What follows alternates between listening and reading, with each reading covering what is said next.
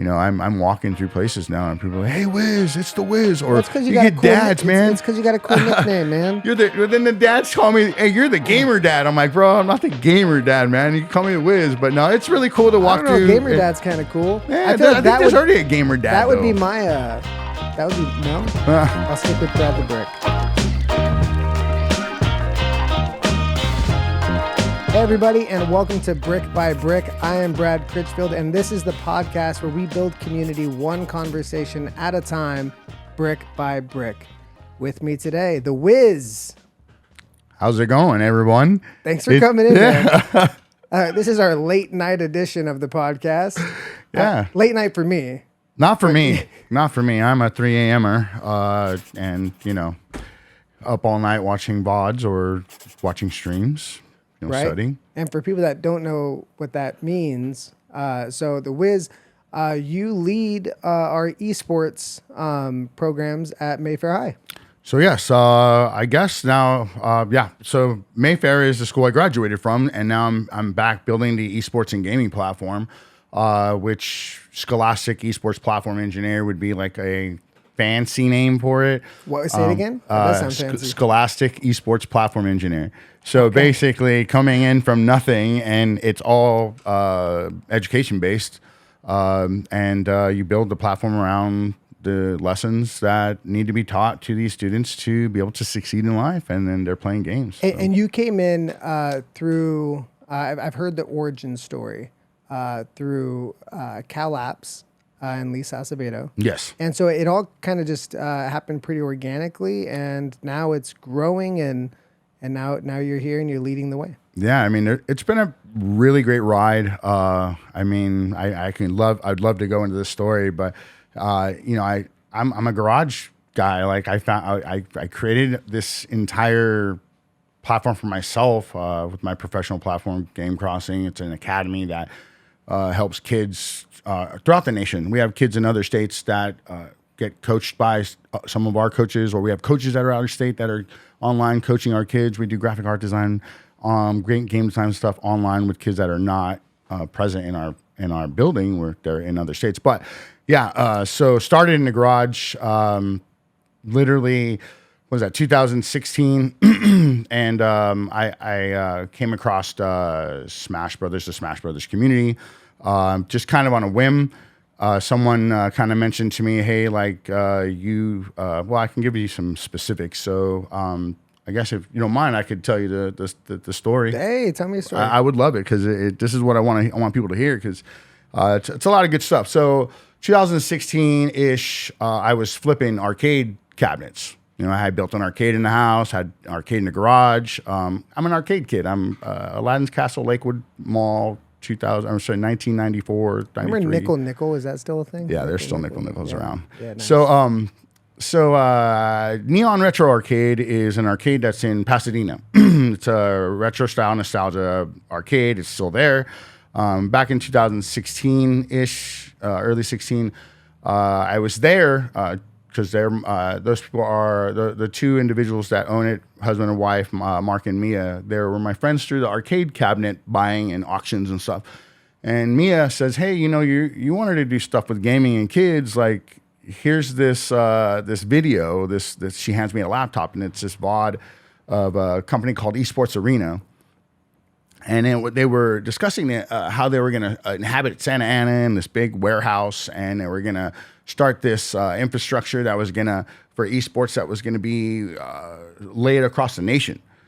And as I'm watching this, I'm like, well, this is pretty interesting. Like, I love video games. I like what they're talking about, and kind of come to find out that there was already, like, there was a scene in California. Smash Bros. Scene, Street Fighter scene, Marvel vs. Capcom scene, all these fighting games. And I found out about this company called 2G Gaming, or 2GG. And the funny thing about this is they're the ones that are responsible for Super Smash Bros. Being where it is today in Southern California. I think you told me that it started in Lakewood? At Lakewood High School. So these guys came from Lakewood High School. And, I found out that's my alma mater. On a whim. And I'm like, okay, so I was working at the Union Bank here in Lakewood, which now is U.S. Bank on Woodruff and South Street. One Saturday, I got out of work and I drove down to Gardena because I heard about this event that was going to happen, and I drove up to it was right across the street from the Normandy Casino, I think it was, just in a strip mall. It was an empty business, and I pull up and there was massive people outside. I'm like, wow, there's a lot of people here. And it's just an empty strip mall, empty business. They were just renting it out for the day, pretty much. So I finally find parking, go in and walk into, like, just think about a strip mall business. You have a front end and you have a back end, right? The back end's for inventory, the front end's for like your shows, the show part. So I walk in and it's literally monitor after monitor after monitor around the perimeter of the venue, and there was sardines, like it was people just packed in there, all competing, playing Super Smash Brothers for the Wii U, which is the 4th edition. So I was just blown away at what I was seeing. And the one thing I noticed is, like, this is a really cool scene. Like, there's people having fun. There's a lot of laughter. There's a lot of, it's a community, and there's no kids. And I'm like, really? Where are the kids at? Like, and there was this one kid. He was probably like 13 at the time. His name is Dylan Lynn. They called him Blast for Cat.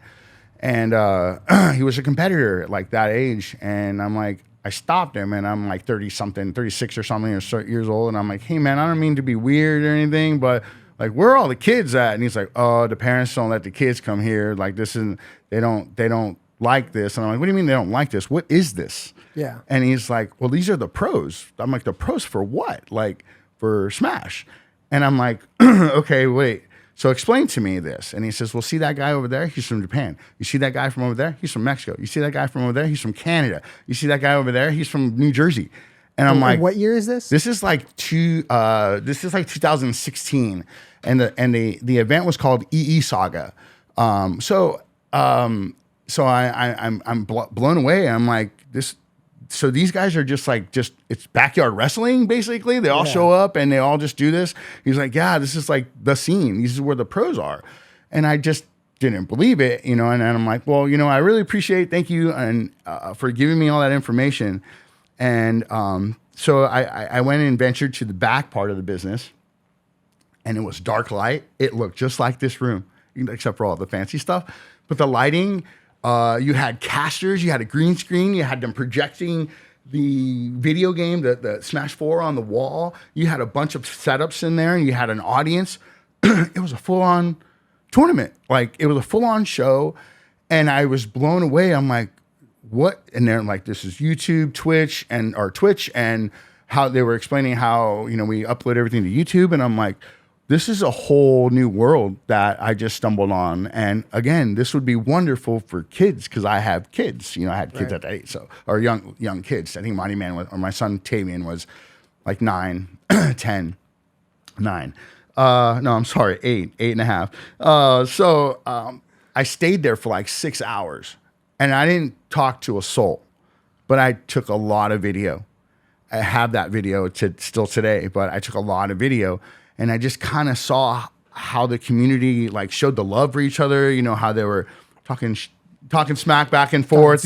Smack back and forth. While somebody's playing a set.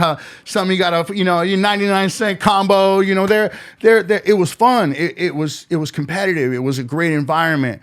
And again, the one thing I took away from that was everybody was having fun. Yeah. And so with all my video, and didn't realize how many professional players I was literally sitting around within feet of at the time, go home, and I just don't shut up about it for like weeks, months. And I'm like, I'm going to do this. Like, went home and told my wife. So when you say do this, you mean the production aspect or playing it? I was going to create the environment for students, for kids, create the competitive environment, and then show them within that environment how everything works, as I learned it by going to these offline scenes as I kept doing it. So I told my wife, I'm like, I'm going to open this up. I'm going to gut the garage. We're going to sell all the arcades, and we're going to buy all the streaming equipment, the PCs, and the console stuff. And I want to run tournaments in the public. So it took me a little while, about a couple months, to sell stuff, buy stuff. I was yard selling every weekend, buying every monitor or every TV I could find. $10, 15 people were donating because I was telling them what I was doing. I was really passionate, still am. It's just to explain to people, look, this is what I want to do, and this is an environment for kids, and they're already playing video games anyways. You already talk smack about it. Let's get them in an environment that's controlled. So put it all together, had a garage in my garage. I literally walked up and down my street and knocked on doors. And I was like, do you have any kids here? I'm not a weirdo, Hi. Hi, I'm not weird. Do you have any kids? I live down the street. I built an arcade. I've got all this stuff. So like, So I found kids that can come to my garage. I built out an arcade. Right. So I got 7 of them, 7 kids to show up, and we were game crossing. We were a youth academy. We were the neighborhood kids on the street and a couple kids from a couple streets over, and they all went to school together and stuff. And I was like, this is stuff that the content none of your friends are going to be into this. Like, I promise you guys will excel. Just follow my lead. So we started getting into streaming equipment, using OBS. Their graphic art design was literally from Leonardo apps off the iPhone, off the iPad. Very basic graphic art design, and I started to teach them about statistics and building visuals to show people like what kids are good, and just kind of the stuff that I pulled away from like traditional sports. I was able to apply that inside my garage classroom, and they would show up all the time. We'd play games, we'd had tournaments, we'd do round robins, we'd collect the data from those little mini tournaments, and then. Next thing you know, we're finding out that we're getting invited to the bigger scenes. So, for instance, I brought my fight stick, but it's from one of the bigger tournament scenes that was happening every Wednesday. I can show it here. It's my fight stick. So it does say WNF on it, and that was a Santa Ana Esports Arena event where there was like 15 fighting game community tournament organizers that would show up and run events all in this building, that 15,000 square feet by level facility, and it was packed. So we ended up going to one, and they were young. I mean, my son was like maybe 10 and a half. I'm sorry, 9, about 9, 8 and a half, 9. All the numbers when trying to figure. Yeah, man, I have so many kids in my life now. Kids so were younger than they are today. So nine, about 9, and we showed up in the venue. They started to just like get involved in the scene, finding out who the players are, making those or introducing themselves to these players, and these players becoming like idols, like I did with football players. Like, they started looking at these guys that they were literally able to shake hands with. Like, I was seeing things that weren't happening in other sports, where you can't just walk up to someone in another sport and be like, hey, what's up? You're going to get tackled by some security guard or something. Right. But this environment, these guys are like family. It's a community. Everyone talks to each other. It doesn't matter if they're like number 1 in the world. They will sit there and be human with you. And that. So anyways, we experienced this entire night. I think we didn't even leave till like 1 in the morning. And we met one of the best Fox players in the world. His name is Larry Lur. And he has been around the scene for quite some time. And talked to him, kind of told him what I was doing with these kids. And like 2 weeks later, Larry Lur shows up to my house just for the kids to hang out with them.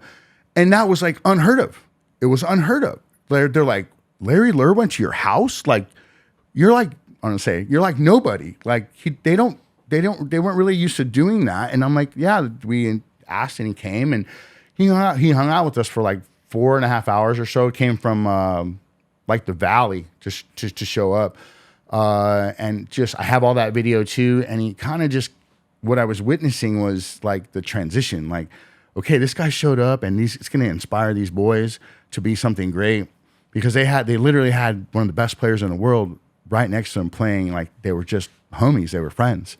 And we got all that recording. Larry Alert took a bunch of pictures, signed some stuff, went home that night.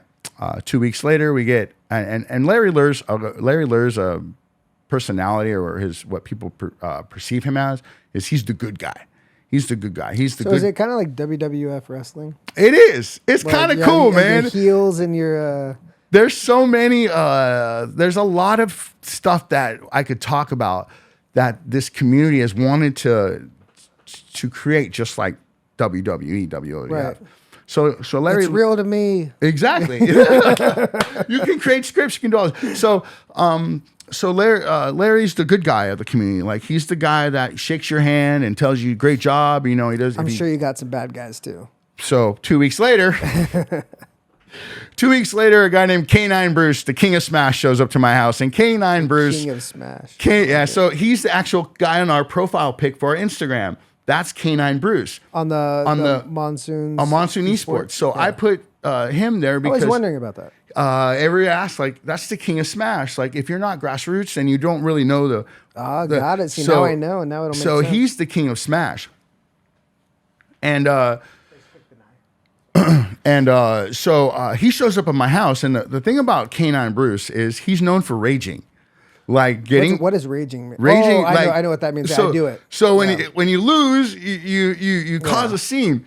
So there's this company called Animura, which is a production company, and they are in my heart. Like they're a part of what I represent with this community. Is Animura was the #1 production company, and they actually taught some of my students about production, like high quality production. So Animura had this contract with Dave & Buster's. Okay, and they were hosting Saturday night events, or no, Falcon Punch Fridays is what they were called, on Friday nights at Dave & Buster's in Irvine. And you'd get 100 players to show up. You know, it was a really good event. Well, K9 Bruce is playing on stream, and he's fighting another fighter, okay, and the game ends, and he loses, and he literally throws water, and it hits the waitress. Oh, wow. It hits the waitress, and that was like the killer of that contract with Dave & Buster's, but he's also run out of the building. I believe knocked the door down. So they almost have to make like a whole persona around that, right? So I wish this type of stuff was there when I was younger, because as you can tell, like I'm into it, right? I gamed like my entire.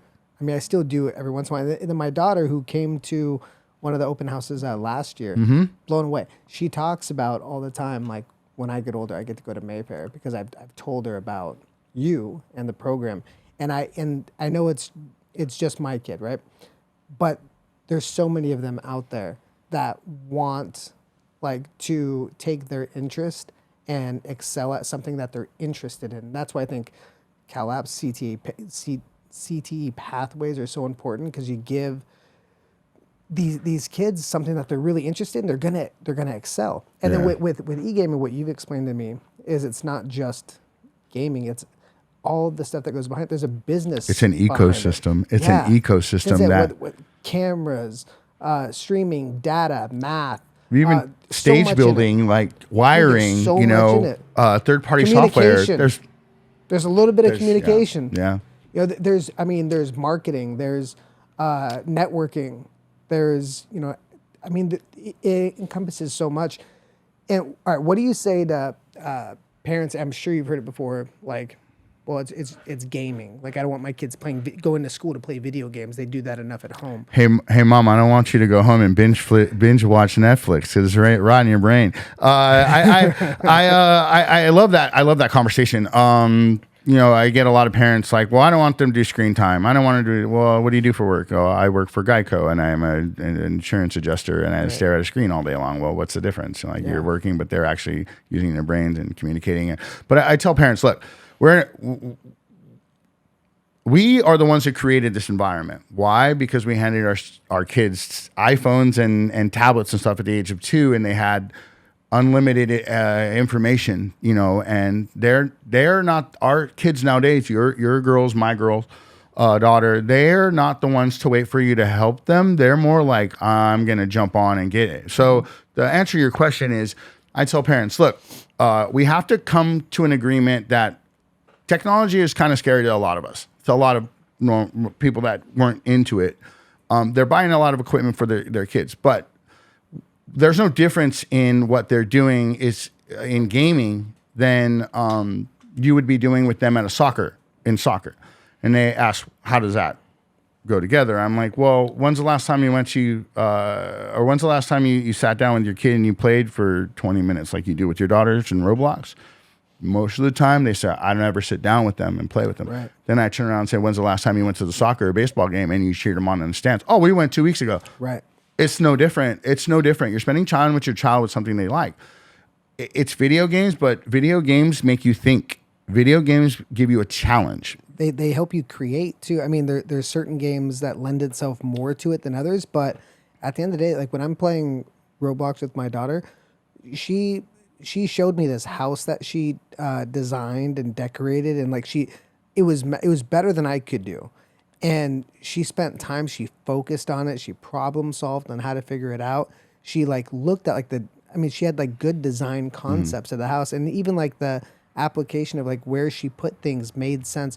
You could see her working and thinking. She's problem solving as she's doing it. It's fascinating, and it's quality time. Because don't get me wrong, like there's a lot of benefits in getting a kid away from the screen for a while and soaking up some sunshine and running out and being physical. But there's also a benefit in doing what they're doing now, and it lends itself to certain student populations too. Right. And you're allowing them to be creative, and you're supporting them. You're with them right there. I mean, it's like, again, like if you're taking them to the duck and your feet are taking them to the pond and you're feeding the ducks, like you're just doing something with them that they enjoy. The video games allows them to create. Do your daughters talk and say like, oh, well, this costs this amount of Robux money? And bro, I don't even say Robux. Oh my gosh. So, because like that's my line, man. Like I made the mistake and I got her something like, but I gave her some Robux. And now she told me the other day, she's like, Dad, I like my house, but I really want to have my house on top of the hill. And I was like, that's cool. Put it on top of the hill. She's like, I can't.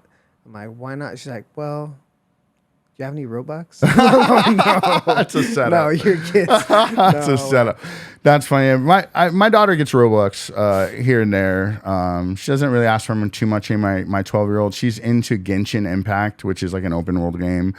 She puts a lot of time into that. She does stream, doesn't use a camera, though. She uses avatars.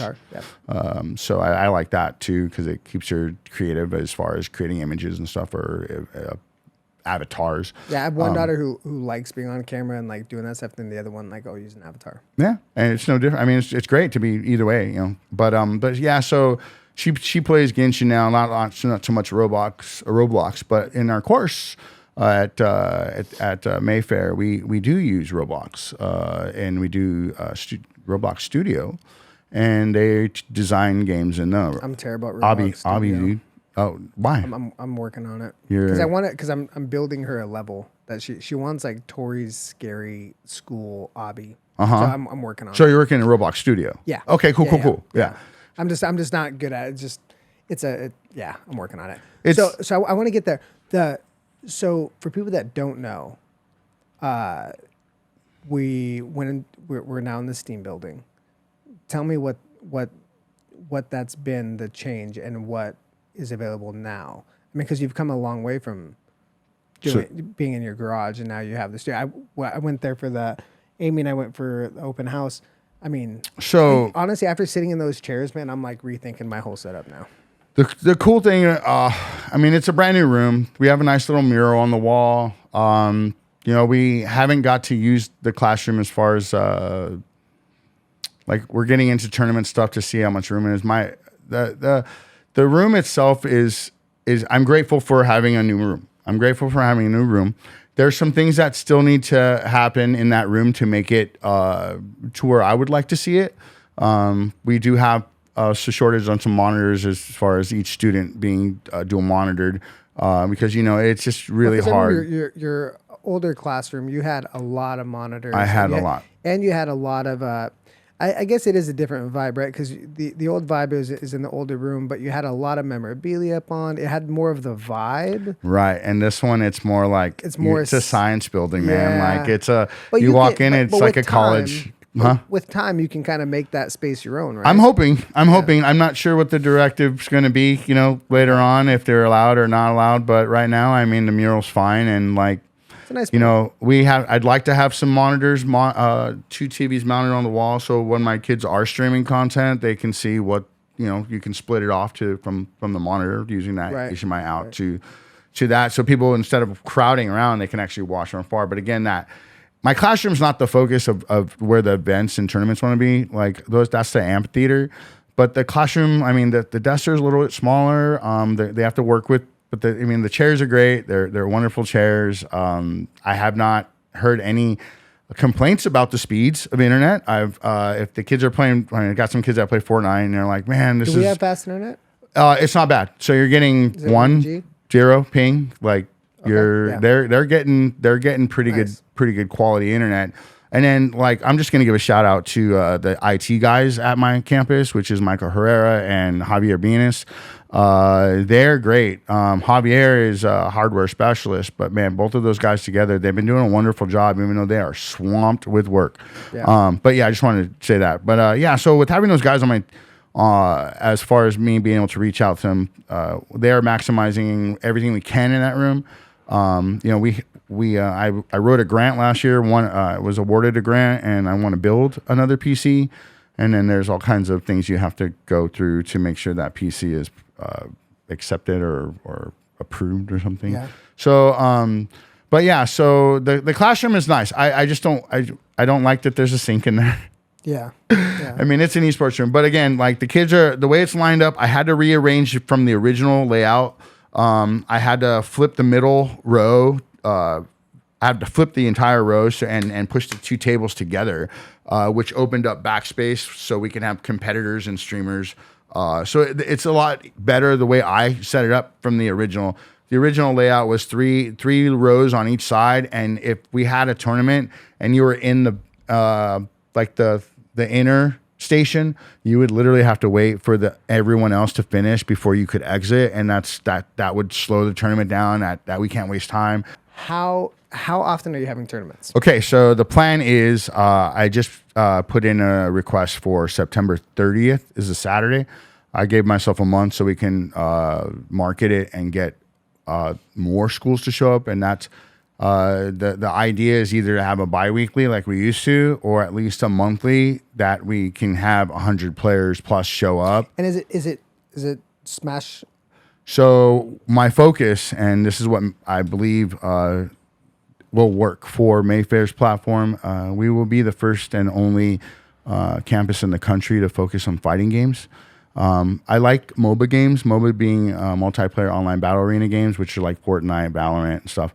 But Valorant, you only get 5 players. You only get 5 players in Overwatch. You only get you got to look at like the content of games too, right? So like right. So like Smash is like cartoon. I mean, it's like our characters like fighting, as opposed to like Valorant, which I know like Long Beach City College has a team, and I know Bosco maybe. Bosco had a team. They lost their players really? To graduation, so they're back at rebuilding. Is what I know. The research I've done is they did lose some, but I'm sure some players, but they have a program with Valorant. They're sensitive with like shooting games. Well, here's the thing. Valorant, you can turn the blood off or whatever, and they just disappear to become sprites or whatnot.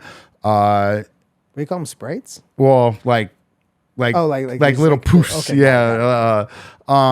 So I think when it comes to the content of shooter games, okay, let's talk about shooter games, because a lot of kids play shooter games, and well, that's I remember. Sorry to cut you off, but my first experience with any type of gaming was there was this place. I used to live in Claremont. Okay. And they had this like place, and there was only 2 games. There was 1914 and then Counter-Strike. Okay. And so it was like split in half. You either played that game or that game, and it was just people would go in there with like their breakfast, lunch, and dinner and stay all day. And it was like I think $10 for like the whole day. Yeah. And I was blown away how good some of these people were. Yeah. But that was like my first experience with like people actually doing games, because I was used to games where you play it to win the game, and then you let your friend borrow it for 2 days and you never see it again. Exactly. Like, that's what I was used to.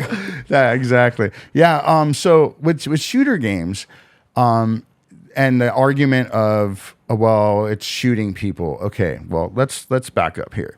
All right. Shooter games have been around for a while. There's no evidence linking shooter gamers to actual violence in their life. I mean, if you are in that using shooter games, but if you do go into gaming and you talk about an incident that happened in Florida before the pandemic, I don't know how early, but it was a Madden tournament, a football tournament, where the guy lost and came back and shot the place up. So we're talking about football. We're not talking about a shooter game, but shooter games can have a place in high school, not junior high. Not middle school, not elementary.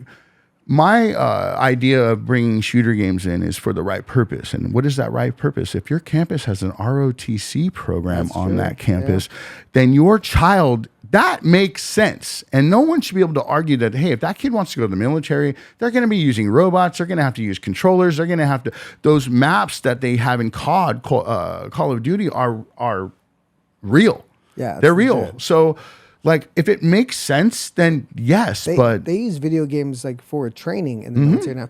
Even when the last self defense shooter course I did, it was basically just virtual reality, and you're doing that stuff.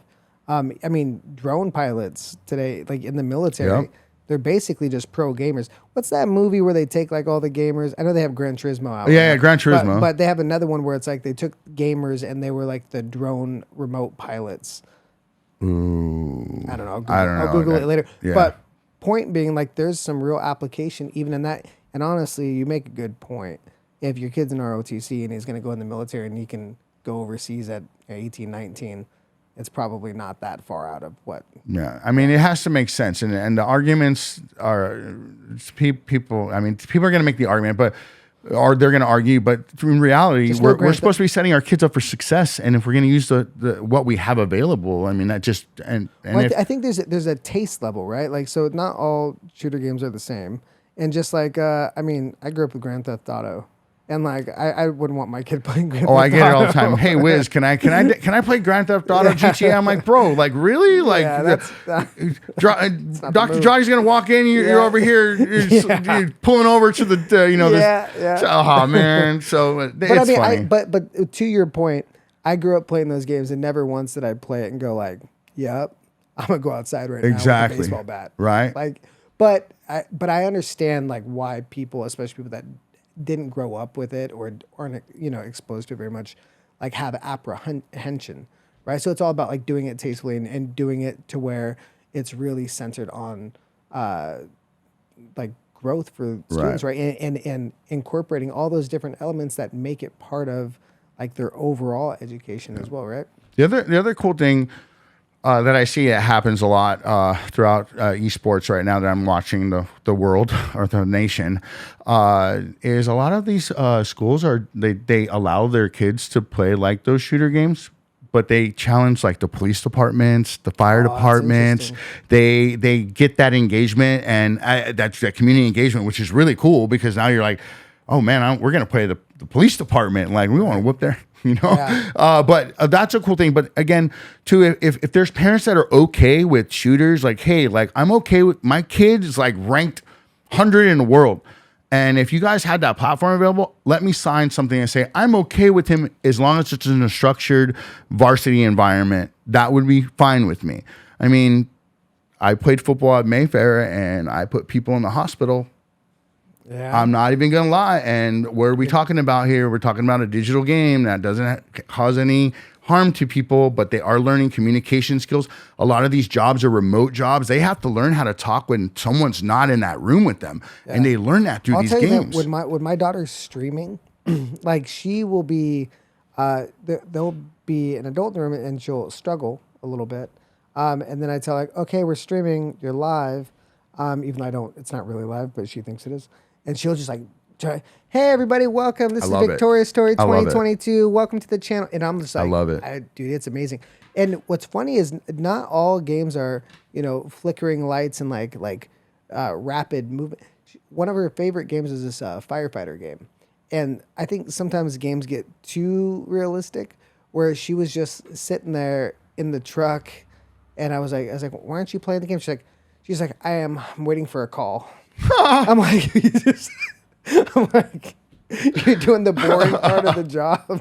That's hilarious. She was just I'm chilling. waiting, man. I'm just, I'm on break right now. I can imagine if you were able just to record everything and how much content you get, and it's super funny. I like how you do all these little video skits and stuff with your daughters. I love it's it awesome because it's documenting them, and I absolutely love it. And then they enjoy it, and but see that's one of the reasons I love being on the school board and being a part of everything that's going on, because like this stuff there's so much going on in a school district at all times, and then being able to see these things that are like shaping not only our communities but also it gives me real insight to raising my own kids and giving them things to look forward to and really saying like, how beneficial would something like this be for all kids? And it's really awesome because as I expose them to some things, I know like there's a lot of potential in a lot of these things, and they're, without you really spearheading like this type of things, by the time she gets to Mayfair, which will be a long time from now. Well, it'll go by really fast, but yeah, gonna have it's gonna be amazing what the program's gonna look like. I mean, IRL, VR, Roblox. I'm running around. It's gonna be nuts. It's gonna be great. There's a lot. I gotta get her on Smash. Smash is wonderful. Like again, Smash changed my life.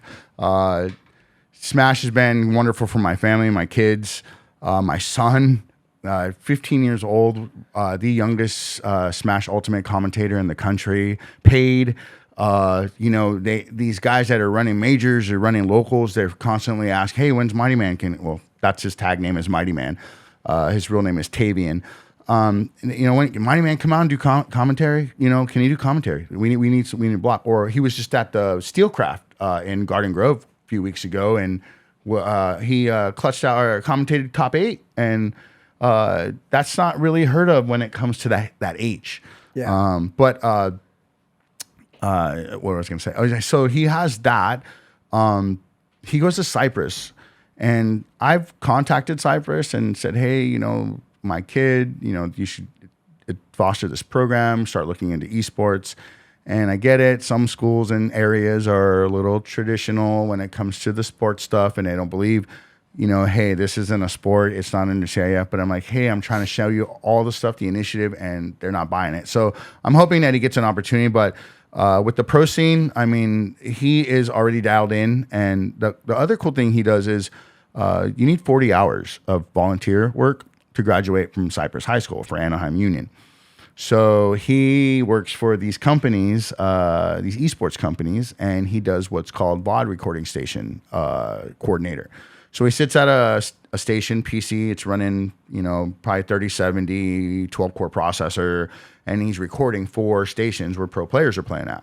And he's recording the VODs. He's putting in all the data that needs to put in, the information for YouTube. As soon as they're done, he's uploading that VOD, and it's available for those players right away. SoCal is the only region that really has done this at a fast pace, where the last major I was a part of, the VODs were uploaded before even scores were changed in the main bracket. That was worldwide. So we had a lot of praise on that.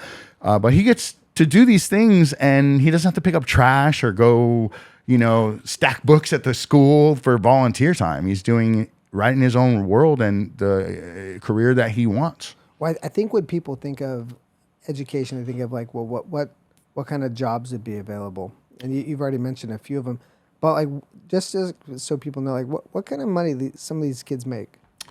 So I will go as basic as creating like a PFP package. So PFP is a profile pic. You have them on your Instagram. You have them on your social media. They're just a circular graphic that you would have on there. When he started making money, he was creating profile pic packages. So he'd give like a 5 profile pic design, 5 different designs.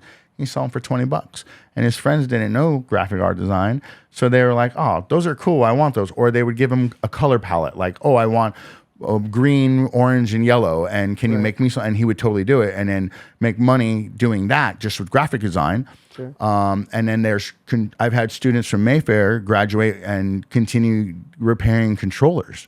We would open them up when they would come after school and bring the brokens. I tell them, bring broken stuff. Let's look at it. Well, I know there's like ways like to like make that money, but some of these gamers, like, they end up making a lot of money, right? So a lot of so I'll give you an example. So Hungry Box is one of the 5 gods of Melee, of Smash Melee, which was the GameCube version. He's one of the best players in the world, and he competes in Ultimate, Super Smash Bros. Ultimate.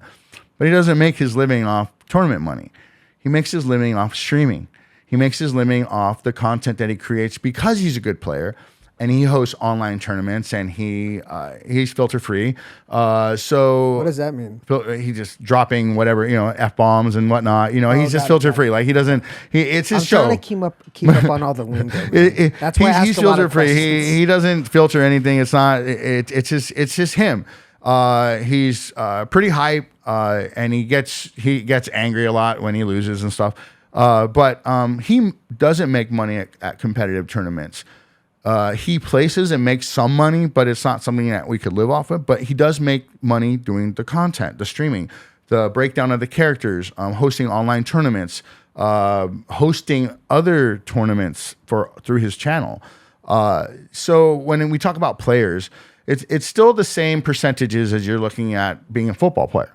It's like top 1% or something. You're going to make. So MK Leo is the #1 player in the world. Shout out to MK Leo, because that's one of my friends as well.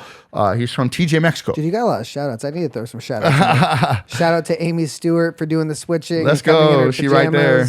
She's right there. Appreciate you. So he makes good money where he's traveling, and they're sponsored, so they don't pay for their flights. They don't pay for their meals. It's a different lifestyle. Yeah. So they're making, on a good month, if you're winning like 3 tournaments a week, you probably make like $2,500 a month, like that. And that's a good, we'll say, part-time job, because you can't really want to do full-time in here.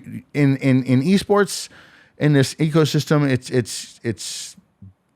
it's almost like you have to be versatile. You have to do different things. So that's what I was gonna say. So I think the biggest difference would be, say, in football. Yeah, the 1%, they're going to make a lot of money and do all that. And then you have everybody else, and some people will make it and do really well. You might blow an ACL, but you're going to do okay until that happens. Right. But with streaming, and so I'm a media producer at Long Beach City College. Mm-hmm. So, like, say if you're doing streaming and you're doing video and you're doing all these things, like, it opens up so many different career paths that are really, like, sustainable living wages. Yep. But it's teaching through interest, right? It's kind of like, so our superintendent, Dr. Drati, he talks a lot about project-based learning. Yeah. And that's kind of what I'm hearing with this type of thing, where they're taking their interest and they're applying it to this I guess project. Right. And then they're learning all of these different aspects, whether it's doing the data, the spreadsheets, the figuring out the standings, and it's mathematics, statistics, stuff they're going to do in college, crazy. Right? And then they're going to find something in that they might want to focus in on and really excel at. But you're giving them this like whole problem where they got to solve, and they're going to find something that they really love to do. So the way I work, man, is like I've been that statistic. I was a statistic. I was very good at playing football. I had very good technique. That I wasn't the strongest guy or the biggest guy on the field, but my technique got me far. But once the body went, like, there was nothing I could do after that, because everything was put into football. I didn't really put into anything else. But with gaming, it's you create an environment. These kids start settling in these positions. They get good at it, and then they start getting opportunities to be featured someplace, and then they get their income. But I tell my students all the time, I'm standing here in class right now with you guys. I'm getting paid, right? I get paid to be a teacher. We know that. But I'm also getting paid, and I'm not at home working on something, because the stuff that I created, people are watching, people are subscribing. Twitch gives you a monthly income, monthly check if you meet your thresholds. Right. So I'm telling them, look, especially in the state of California, like, you have to have multiple sources of income, and it's as simple as you doing what you love and recording it and putting it up and people watching it. And Well, it's great because you can double down. Like, say someone's like a woodworker. Okay, you're making your money and you're making the chairs and you love what you're doing. But hey, you throw up a camera and now you're showing how you make that chair or how you do it. And all of a sudden you're getting this passive income because people are watching your stuff and the advertisements are coming in. It doesn't have to be the only thing, but it's something that you could really attach to. I can't think of a job right now where you couldn't probably video the process and have a lot of people watching and make a lot of money. When we text back, I was using YouTube to dismantle my dryer, and I fixed the dryer, man. I fixed the dryer. It's very simple. But project-based learning is all I'm about. I've always done project-based learning. We're this year I listened to the podcast you do with Dr. Dradi, and everything you guys talked about. I was like, man, that's my classroom. That's everything I do. So awesome. Give the viewers a little smidget of what's behind the closed doors and what Wiz is up to is, my advanced students are developing leagues and taking on the admin roles. They're taking on the rule set creators, tournament organizers, marketers, and they're going to create these environments for your daughters and their peers, and they're going to invite these students in to start finding out who's good and who's good in the Bellflower Unified School District. Because awesome. Good old Wiz has only one competitor in my district as a high school platform, which would be Bellflower. But my whole thing is... Do we have an esports at Bellflower? They're starting. They're trying. Okay. He did reach out to me, and it's here's the thing is, they reached out to me, but every school's different. Like, I play Smash. That might not be your campus's game. It might be League. It might be Valorant. It might be, you got to go with the games. So he had a lot of questions. He asked, like, who am I going with? Again, that's based off your budget. Like, how much can you afford? Can you play in a high school esports league? Do you want to go with the $100 CIF? Like, what do you want to do? And the questions that they ask me they already know the answer. And I don't know what kind of direction they want me to give them. But it's like, you kind of have to do the data research on your own. Like, I can't tell you what your campus wants to do. Right. And then if I do tell you and it doesn't work, then how do I look? Like, I don't want to be that guy. Right. So I gave him some tips, and he said he was talking to Bosco, which. But anyways, he's getting a little help. They're going to go with HSEL, and they're probably going to play Valorant, which is great. I love that these other schools are just getting involved. But as far as that, like, Bellflower Unified School District thing and starting with these kids, it's a pipeline system. And the pipeline system has always been in my head since day one of me creating Game Crossing. Long Beach City College has a esports program that they've been pushing a lot to. And I know, and I don't know if Cerritos has one yet. Not sure. You guys play... I think Valorant. Valorant? Over there? Yeah. I'll be honest. When you brought this, I thought we were gonna get down, bro. And we got to show it again. Oh, actually, no. There's that one, but just quick show. This is 2017 Evo, which is World Championships for fighting games. You're my first guest to bring props. Hey, I like to bring my stuff, man, because people need to be educated on what we work with. This is my work. This is my an work educational podcast. This is my work tools, man. So 2017, my son was 10 years old. And we took him to World Championships or Evo, and he competed in Smash 4. And he became the youngest player in the history of Smash 4 and Evo to defeat adults. Yeah. He was 10. He went 2-2 that year. But the backpack is a holster for the fight sticks, which a fight stick is basically a portable arcade cabinet. Joystick. You just hook it up HDMI to a TV and no, it hooks up to USB. And then, it doesn't have like the game built inside. No, those are swap meet things. I'm whatever. All about to add like 3 of them. They have like let me see. This one is. Why Amy's shaking her head? No. Why am I having trouble with this one? I just got this one a couple of days ago. I'll edit it out. But all right, so there you go. So you have the USB. And it gets plugged into your console or your PC. And in order for you to use this one's from 2017. It's not compatible with like PS5. It's not compatible with Xbox. It is compatible with your PC. But I think I bought it in my pocket here, maybe. Yeah. So in my pocket, you have this adapter. It's called a, oh my gosh, I'm a wave man. I think it's something man. Can't remember. Just went blank. But you hook on the adapter, and then now you can play on any console: Xbox 360, nice. Anything with USB, PS3, PS4, PS5. So when you go somewhere, you use these adapters. You can play at Evo. I'm starting to bring them to school and letting the students kind of play with them, because my whole perfect world is like in 2 years, like I want to see students walking around campus with these. Okay. Like I'm not even joking. Like the new all blinged out, all custom made, or they built them themselves. But if you're talking about jobs in this industry, controller modification, controller customization, I mean that's $250, $300 fight stick. My Smash stick, my Smash controller has custom made Wendy art on it, and that was $300. Okay. I saw that actually. Okay. Yeah. So the funny thing, a little joke I like to make is, all this stigma about gamers. We'll spend $250, $300 on a controller, but we won't spend $1.50 on a stick of deodorant. Yeah. That's terrible. So it's super funny, but yeah. So that's the perfect role for me, is to be able to bring. That's why I'm choosing fighting games. It includes so many more students, and fighting games.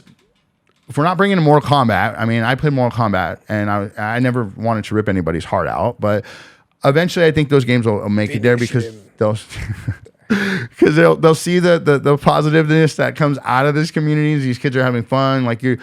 And the way I'm teaching these students is to be respectful. Shake hands before and after. Yeah. Like, it's just a game. You're gonna lose 1,000 times, man. And if you need to cry, step outside and cry for a little bit and come back in and play again. But don't ruin the moment and disrespect the platform. But was one thing I want to talk about, and we're gonna wrap up in a second, but maybe we'll do this again. Is I wanted, because this reminded me of it, like the accessibility portion. For because you have some really phenomenal stories coming out of your program of students with disabilities that really excel at what you're doing, and I feel like those are things that I really want to highlight. And so I'm gonna have you back on. We're gonna talk. Oh, I would love to do this. But I mean, just like, even because you mentioned like even having like I don't know what they're called, but like accessibility, like controls, like there's actual hardware that you can use to make it more accessible. But then just like, I mean, what was the student's name who came and presented to the board? Dylan Delgadillo, aka dude, I got all choked up, man. Tokido Kisaraja. What is it? Tokido Kisaraja is what he calls himself. Okay. Yeah, that's his name. He's into anime and all that stuff, dude. So like, a lot of our kids are. So these are names that are associated with anime. A lot. But Dylan actually got to go to Evo and compete, and his parents took him, and that was the coolest thing, to watch this kid's life change in a year. Like, totally awesome. Changed. So the other cool thing is the other students are like riding off, like they're getting that energy or that fire under to help them. So one of the projects that they're working on, my advanced students with Dylan, there's 4 of them. They're opening up a nonprofit organization before they graduate high school, so they can walk away from Mayfair with something of their own that they created to help other people. And if that's something that can happen in every single year out of my platform, which is going to happen, I promise you. I want all the focus on Mayfair, Bellflower Unified. I want the whole transition of the board, this new light, and dropping a lot of old ways and getting into the new technology and relating with students a little bit more. And I want the focus to be here. Again, Mayfair can be the model program in the country. And that's what I want. That's my goal, man. And that's where I believe like the first step to that is always communication. And because you have to, in order to spread your vision, you have to share your vision, and you have to enroll people in that vision. And that's how you build like coalition. And that's why I appreciate you coming here. Man, this was great. Like, dude, I would love to come and do this more frequently. So actually how this is supposed to work is I interview you, and then you got to bring somebody in to interview. Are you down? Like, what you mean? Like, bring somebody with me next time? Or No. You become the host. Oh. So I'm down. When Amy came in, she was the guest, and then she was the host for the following show. Then it goes back to me. I interview, then you become the host. So the idea behind the communication and community is it's not just about me talking to you. It's expanding that to where we're having different conversations. So I would love it if you brought somebody who maybe has been through the program or who has worked with you. And I mean, really, I game, but I'm kind of a simpleton, but have somebody come in, talk about the program like in more depth. Really like the first person view of like one of the students possibly or something like that, or some graduate. Yeah, maybe a graduate or a student who you get to be the host and you get to ask questions and talk to me, why did you get into gaming in the first place? Like, what did you get out of it? Like things like that. Yeah. Okay. Yeah. I'm always up for this stuff. I mean, I love being in front of, if you see the streams, I open up our streams all the time. It's nice to be able to do things like this and people watch you lately, the past 2 years, with the things that I've done for the community over the time I've been in it, I'm walking through places now and people are like, "Hey, Wiz, it's the Wiz," or it's you get cool dads, man. It's because you got a cool nickname, man. Then the dads call me, "Hey, you're the gamer dad." I'm like, "Bro, I'm not the gamer dad, man. You can call me Wiz." But no, it's really cool to walk through. Gamer dad's kind of cool. Yeah, I think there's already a gamer dad. That would be my. That would be no. I'll stick with Brad the Brick. Brad, no. I was going to say B-Rad from Bellflower, but Yeah. But hey, Brad the Brick. So look for Mayfair to really pave the way and just kind of give people an idea of what it's supposed to look like. I mean, a lot of schools are getting handed a curriculum. It's the same for everyone, and the difference that Mayfair has is I didn't go through a curriculum kind of. I went through the grassroots and trial and error and seeing passion first on how to teach this environment, because learning from everyone else. So a lot of the times that I tell my students, like, you're going to avoid a lot of obstacles with me because a lot of these people have not run events. They don't know those things that happen mid-event or how to deal with a certain situation if it arises. I've seen like a small short story, a Norwalk coach ran his first tournament before COVID. I went and sharked that tournament, meaning I took a kid that was going to win no matter what. So we wanted the games. So he ran a tournament, and shout out to Ben Hobson. He's awesome. That's 6 shout outs. I only had 1. Norwalk High School coach. So he hosted a Smash tournament. He had 70 players show up. They only had 4 setups. It was going to be a nightmare. But when the public showed up, those community players, they didn't like his seating. So they were arguing about seating, which made him completely scratch the seating. And it ended up being, it's supposed to start at 3 o'clock. It didn't start till 5 o'clock. He was so confused because he'd never run an event before, and he let everyone come in and just kind of tell him what to do. And it was really hard for him. But that tournament was supposed to end at 8. It didn't end till 10. There were people there that were like, well, I want to go home. There were teachers or whatnot. And those are the obstacles I'm talking about. People not understanding you're the referee and you need to keep your foot down and it's your rule set. And if they don't like it, event peace. Planning period. Yep. Peace. So you're going to have a lot of that with those high schools that are putting it into play. And a lot of them are just starting with clubs. They're Rocket League 3-man team. It's going to take some time. So like I said, Mayfair has a great opportunity of really paving the way, because a lot of people have a long way to catch up to us. Yeah. Well, I'm glad we have you. And thank you. And thank you for what you're doing. I appreciate it. Yeah, I love it. Yeah. I mean, so many of our students are going to benefit from it. And I see your passion, man. Thank you. And it's man, awesome. I get to play video games the rest of my life. What kid from, I was the last of the feral generation, running the streets, and these kids are all digital and game, but I get to live. You're keeping up. And it's full circle. I literally played Street Fighter 2 when it came out, and now I get to play Street Fighter 6, and my son plays with me. Are they up to 6? Yeah, we're at 6 now, and it's changed quite a bit. I do have one more shout out. Yeah. Shout out to Coach Eby for this awesome shirt. Hey. I love it. Hey. I wore American today too. Well, it's right here somewhere. What? I already gave you a shout out. Wait, right there. Guile, it's American. So I wore him for a specific reason. Oh, I am a proud American. That's a cool shirt of Jean-Claude Van Damme. This was the first character I ever played a Street Fighter. And That's my favorite character. people used to get so mad because you just Sonic Boom and run up and then crouch and then do like heavy kick and then you Dude, if they jumped, you just I just back up all the way and just uppercut. oh there you go. Your shuriken. Thank you guys Ken. for watching. And Wiz, thank you for being here. And we're going to do this again. No, I'm looking forward to the future. Thank you very much for listening to us. Monsoon Esports Instagram, and that's the high school platform. And if you're looking to see what I've done professionally, it's Game Crossing LLC, both on any social media.